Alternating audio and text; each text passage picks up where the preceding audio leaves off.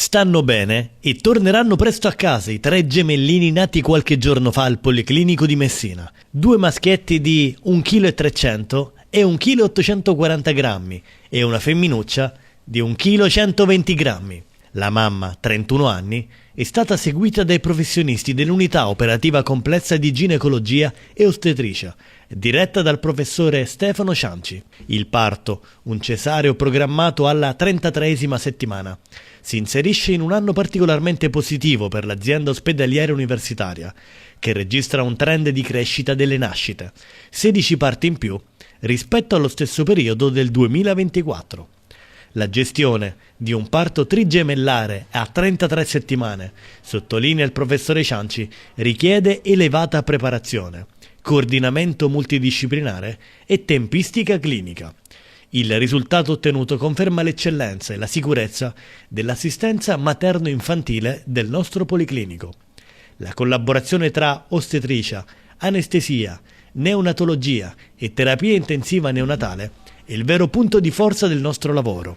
Ringrazio tutto il personale coinvolto per la professionalità e il continuo impegno nell'assistenza alle madri e ai neonati.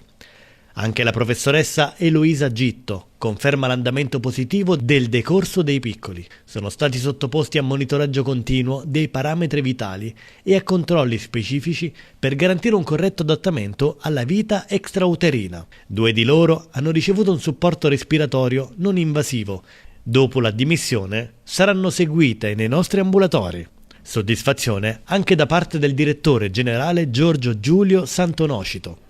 Questa è una bella notizia non solo perché rappresenta un segnale positivo in un contesto nazionale caratterizzato da denatalità, ma anche perché valorizza il ruolo del nostro punto nascita che, in quanto ospedale universitario, dispone di tutte le specialità necessarie per assistere al meglio mamme e bambini. In sala operatoria il dottore Alessandro Mondo, la dottoressa Annalisa Retto, la dottoressa Alessia Torre e l'ostetrica Marzia Costanzo.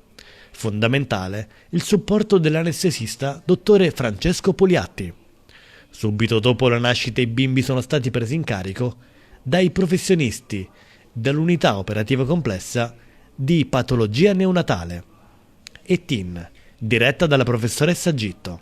Ad assisterli la dottoressa Raffaella Mallamace, la dottoressa Carmen Damiani e gli infermieri Davide Papale e Eliana Cordaro.